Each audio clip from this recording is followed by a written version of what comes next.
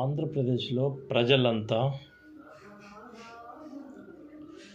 జగన్ గారి ప్రభుత్వం కోసము ఎదురు చూస్తూ ఉన్నారు. ఎందుకంటే చంద్రబాబు చేసినటువంటి మోసాలన్ని దాంట్లకు సరైన సమాధానం చెప్పే రోజు ఎప్పుడు వస్తుందా అని ఎదురు చూస్తూ ఉన్నారు. రోజుకు ఒక మాట చెప్తాడు, పూటకు ఒక మాట చెప్తాడు, ఇంటికాడ ఒక మాట చెప్తాడు. ఎమ్మెల్యేలు మినిస్టర్లు ఉన్నటువంటి అసెంబ్లీలో ఒక మాట చెప్తాడు. ఈ మాటలకు ఆ మాటలకు ఎక్కడా పొంతన ఉండదు. ఒకరోజు ఫ్రీ బస్ అంటాడు, ఇంకొక రోజు పేదలకు అన్నం పెట్టడానికి ఒక టైం నిర్ణయించుకున్నా అంటాడు. ఇంకొక రోజు వస్తే విద్యార్థులకు సహాయం అందజేసే రోజు అంటాడు. ఇంకొక రోజు వస్తే పిల్లలకు ఫీజుల కోసం నేను కేటాయించినటువంటి డబ్బులన్నీ ఖర్చు పెడతాను అంటాడు. నాడు నేడు స్కూళ్లకు అభివృద్ధి కోసం నేను ఖర్చు చేస్తానంటాడు. ఒకరోజు వస్తే ఇంకొక రోజు వస్తే అమరావతిలో నేను రేపో మాపో బిల్డింగ్లు కట్టి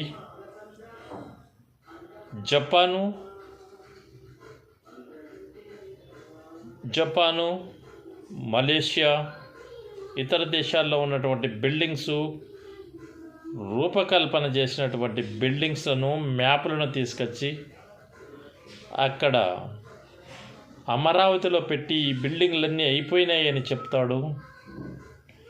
హైదరాబాద్లో నేనే సిటీ డెవలప్ చేసినానంటాడు. హైదరాబాద్ కూడా త్వరలో నేను సముద్రం తీసుకొచ్చి పెడతానంటాడు. కానీ ఈ లోపల ఆయన దాటుకున్నాడు. ఇలా చెప్పుకుంటా పోతూనే ఉంటాడు. ఒక్క మాట కూడా నీతి నిజాయితీ ఎక్కడా కనిపించదు చంద్రబాబు మాటల్లో. తెలుగు మాట్లాడడం చాలా గొప్పగా మాట్లాడతాడు. చిన్నపిల్లలకు కూడా నమ్మించి చాక్లెట్ ఇచ్చినట్టంతా హ్యాపీగా చెప్తాడు. మేధావులనైనా పిచ్చోళ్ళను చేసి ఈ ఏపీలో ఆడించే శక్తి సామర్థ్యాలు ఉన్నటువంటి వ్యక్తి ఒక చంద్రబాబు నాయుడు. ఈ బాబు నమ్మి ఏ కంపెనీ ముందుకు వస్తుంది?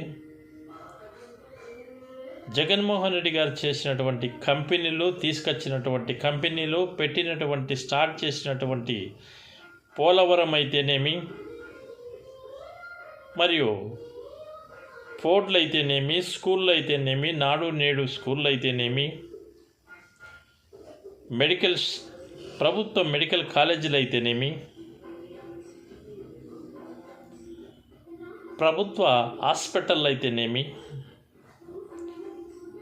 ఎక్కడ ఏమి చేసినా ఇతరులు చేసినటువంటి ఇవన్నీ నేనే చేశానని చెప్పుకుంటాడు ఈ చంద్రబాబు నాయుడు. అంత గొప్ప నాయకుడు. మన ఏపీకి వచ్చినందుకు చాలా సంతోషంగా ఉంది అని మేము అనుకుంటున్నాం. కాపీ కొట్టడం, వెనకబడి నేను చేసిన అనడం. ఏపీ స్టేట్లో ఏ మూలనైనా బలుపు ఆరిపోయినా నాకు తెలుస్తుంది అంటాడు. అంత మేధావికి ఎదురుగా వచ్చి పోయే రోడ్లు కనిపించలేదేమో, గుంతలుండేది అన్నీ అప్పంలో ఉండే. ఏపీ స్టేట్లో నేను ధనాన్ని, డబ్బులు ఏ విధంగా సంపాయాలా, ఏంది ఏం కథ అనేది నాకు తెలుసు. ఈ ఆంధ్రప్రదేశ్లో నేనే నాణ్యాలను కూడా కనిపెట్టగలిగాను. నోట్లు ప్రింట్ కూడా నేనే చేస్తాను. ఈ ఏపీ స్టేట్నంతా మొత్తం నేనే బాగుపరుస్తాను అని సొల్లు కబుర్లు చెప్పుకుంటూ పూటకు ఒక మాట, ఇంట్లో ఒక మాట, బయటకు ఒక మాట. ప్రజలు చూసి విసిగిపోతున్నారు. ఏపీ స్టేట్లో 164 సీట్లు ఇచ్చినటువంటి కూటమి ప్రభుత్వం పరిపాలన చేత కానీ ఈ ప్రభుత్వానికి మనము ఎందుకు ఈ సీఎం సీటు ఇయ్యగలిగామని ఏపీ స్టేట్లో ప్రజలంతా బాధపడుతున్నారు. జగన్మోహన్ రెడ్డి సోషల్ ఫ్లైట్ ఎత్తకపోయి సోషల్ ఫ్లైటు తీసుకుపోయి హైదరాబాదులో బేగంపేటలో దిగితే ఇలా బాధ ఏంది తెలుసా? సోషల్ ఫ్లైట్లో పోయాడు, అంత అవసరమా? జగన్మోహన్ రెడ్డికి ఏమన్నా చంద్రబాబు గారి బాబు సొత్తేమన్నా ఇస్తున్నాడా? ఆయన డబ్బులు పెట్టుకొని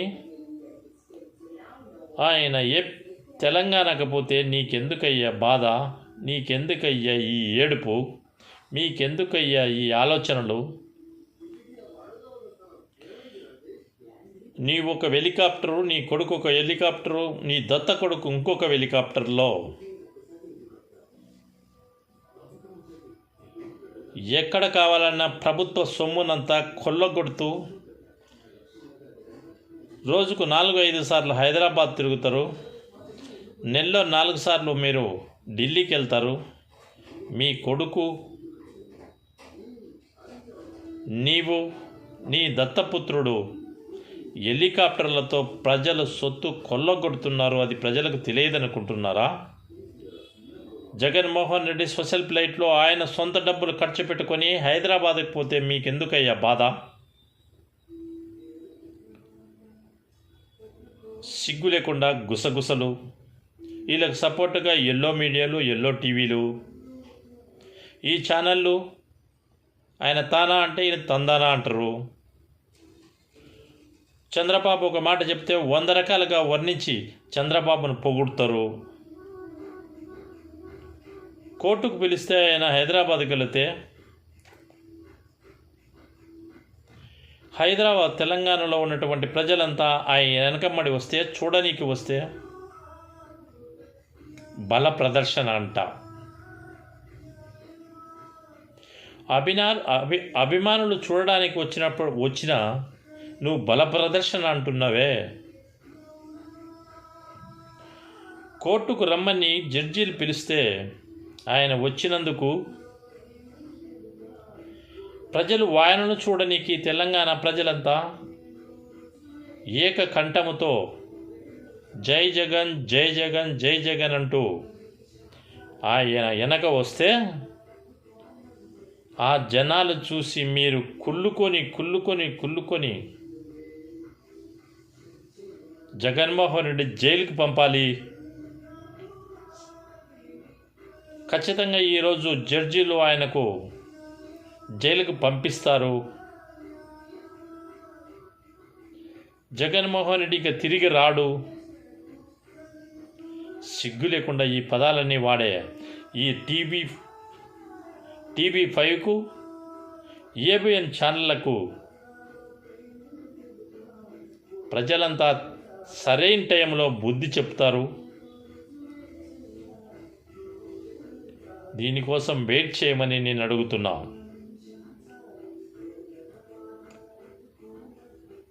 ప్రజల కోసం, ఏపీ స్టేట్ డెవలప్ కావడానికి కోసం, పేద ప్రజల కోసం, విద్యార్థుల కోసం, మెడికల్ కాలేజీల కోసం, ప్రభుత్వ మెడికల్ కాలేజీల కోసం, ప్రభుత్వ హాస్పిటళ్ళ కోసం, రోడ్లు, రవాణా ఎలా ఉన్నాయి, ఏంది ఉంది, ఎక్కడుంది అని ఈ పేపర్లు అయితేం, ఛానళ్ళు అయితేనేం చంద్రబాబుకు సలహాలు ఇవ్వాలి, ఆ పనులు చేపించాలి. అది మర్చిపోయి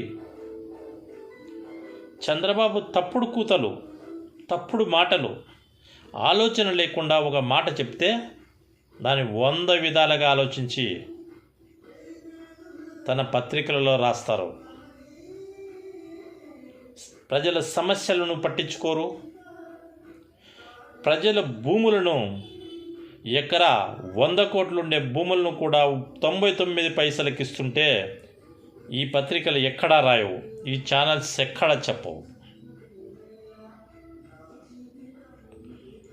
ఊర్లలో ఉన్నటువంటి ఇసుకను అక్రమంగా రవాణా చేసి రోజుకు లక్షలు సంపాదిస్తుంటే వాటిని గురించి రాయరు. ప్రజలకు ఆరోగ్యాలు బాగలేక గవర్నమెంట్ హాస్పిటల్లకు పోతే ఆరోగ్యశ్రీ ఇవ్వరు. పేద ప్రజలు తినడానికి తిండి లేక ఆలోచిస్తూ అయ్యో రామచంద్ర అని ఆలోచిస్తుంటే వారికి ఫుడ్ ఏ విధంగా పెట్టాలో కూడా తెలియదు, అవి కూడా రాయరు. జీవితంలో ఒక్కటే గుర్తు పెట్టుకోవాలి ఈ ఛానల్స్ వాళ్ళు. విద్య, వైద్యము, ఇల్లు, ఉండడానికి ఇల్లు, ఒక పేదవాడు కోరుకునే విధానం ఏమన్నా ఉందంటే ఏపీ స్టేట్లో ఉండడానికి ఇల్లు, పిల్లలు చదువుకోవడానికి విద్య, ఆరోగ్యం బాగలేనప్పుడు చూపించుకోవడానికి ప్రభుత్వ హాస్పిటల్సు, దానికి మించినప్పుడు నువ్వు చేయాల్సింది ఆరోగ్యశ్రీ. ఏపీ స్టేట్లో ఆరోగ్యశ్రీని లేకుండా చేశావు.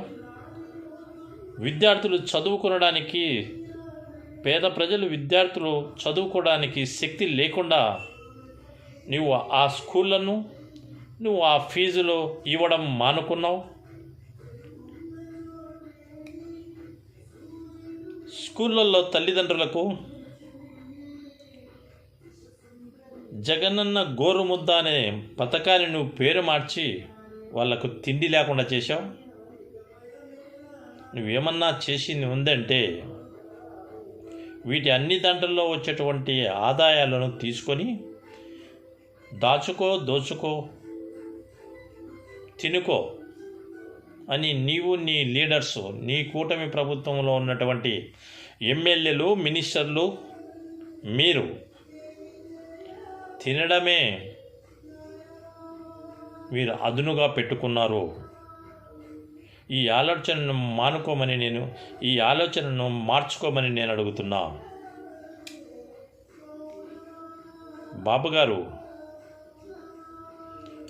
45 ఏళ్ళ ఇండస్ట్రీ అంటావు, 45 ఏళ్ళ రాజకీయంలో నువ్వు చేసినటువంటి పనులు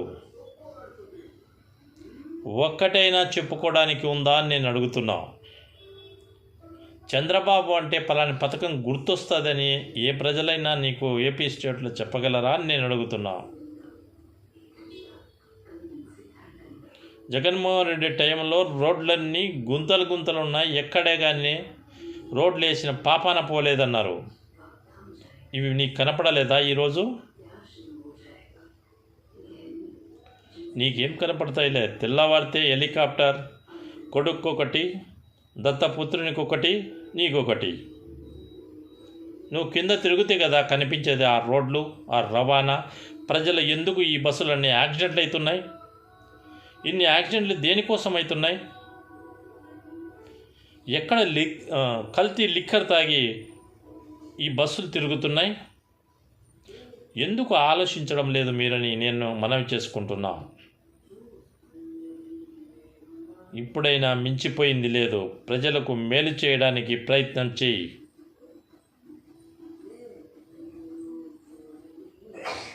ఎక్కడ చూసినా, ఏమి చేసినా నీ స్వార్థం కోసం తప్ప ప్రజల శ్రేయస్సు కోసం నువ్వు చేయవని ఏపీ స్టేట్లో ప్రతి ఒక్కరూ ఏకమై ఒకే వినాదం మీద బాబు బాయ్ బాయ్ అని చెప్పే రోజులు దగ్గరలో పడ్డాయని, ప్రజలంతా బాయ్ చెప్పనికి ఎదురు చూస్తున్నారని, ఆ టైం ఆసన్నమైనప్పుడు బాబు బాయ్ బాయ్ అని చెప్తారు. దానికి వెయిట్ చేయి. అతి త్వరలో